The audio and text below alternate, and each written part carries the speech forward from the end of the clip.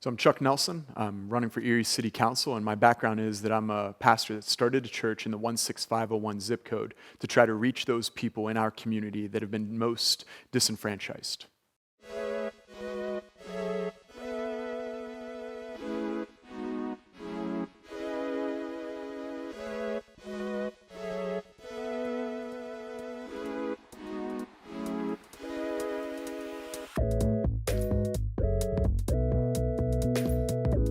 So three things that you should know about me. I live in the West Bayfront neighborhood.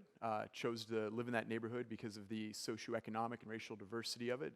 It's where I wanted to raise my family, which is the second thing you should know about me. I've been married to Betsy for almost 14 years, and we've got two children, Lydia and Sophia. Third thing is that I generally love my neighborhood. I lead a music event in it, Porch Fest. I lead my neighborhood watch. I'm the committee chair or the committee person for Democratic Party in my area.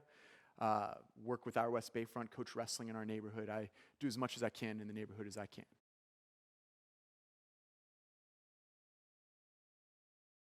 So three things that you don't know about me. One, as I'm working on a doctorate. It's from the same school that Mr. Rogers went to, so it's like a doctorate in Mr. Rogers' neighborhood stuff. But my particular one is that I'm doing a doctorate in gathering together community that transcends race and class. Another thing to know about me is that while I mentioned earlier that I coached wrestling, I was a state runner-up. That's something that all these candidates seem to love to throw out there, especially the old guys with their athletic credentials are. So I've got my athletic credentials on that. And with that, I can walk on my hands ridiculous distances. Probably like pushing it would be walking the length of a basketball court on my hands. Goes back to that wrestler balance and strength stuff.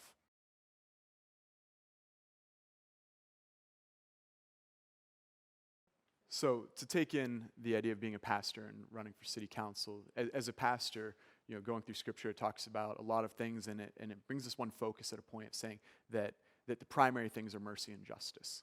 So I see a lot of areas around me that mercy and justice need to be applied. And the particular thing that drew me into the race, the first time I ran 2 years ago, was that the city had passed a loitering and panhandling ordinance.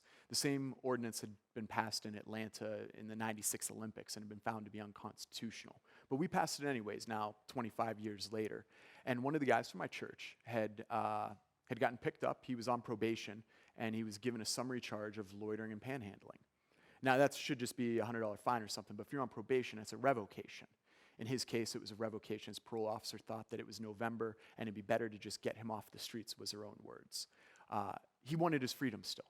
And as we met every Friday at the jail, I talked to him, and he kept saying, man, can you just do something for me? And recognizing that I could probably represent him further upstream than what he could represent himself, that he would not be heard in those communities, but that I would be heard given my privileged background, and that I might actually be able to change the things that happen downstream of me.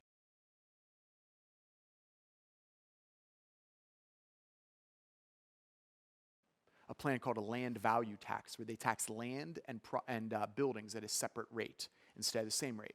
This is a matter of justice, in my opinion.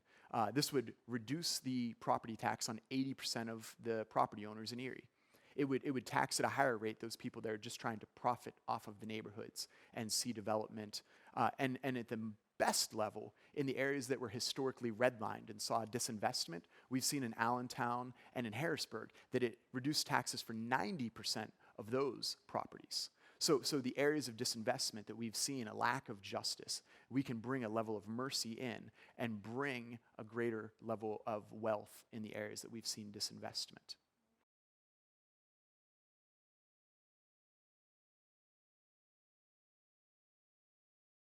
The difference between politics and ministry to me.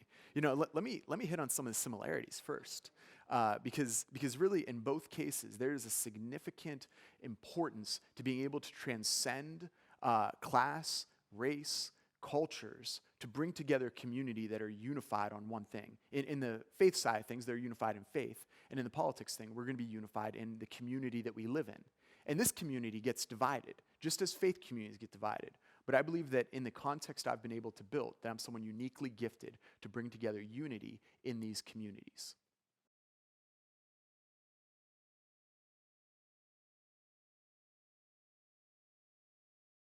Yeah, as far as bringing resources to young people, I'm in a unique spot because I feel like I have just enough grays and children at just about the right age because we had them pretty young. That half the population thinks I am a young people, and the other half of the people is a little on the fence about that. So, but I have a passion for seeing youth develop. So like I said, I coach wrestling at the Martin Luther King Center. I'm the high energy coach that has the kids climbing on me, walking around saying, get them championships, you get them scholarships, bringing all of that priority back into it. At the same time, I'm working with a little local team. They actually won their project, a Lego League competition. They won Northwest Pennsylvania for there. And they're working on developing a park to be autistic inclusive. So I love finding these young people that can develop a vision, connecting them to the right resources so they could accomplish their goals. That's a huge thing that I'm passionate about. Hey, Erie, I'm asking for you to vote for me. I'm someone that not only brings solutions, but backs them up with the actions and the character that I've demonstrated in my life. Please vote for me on May 18th.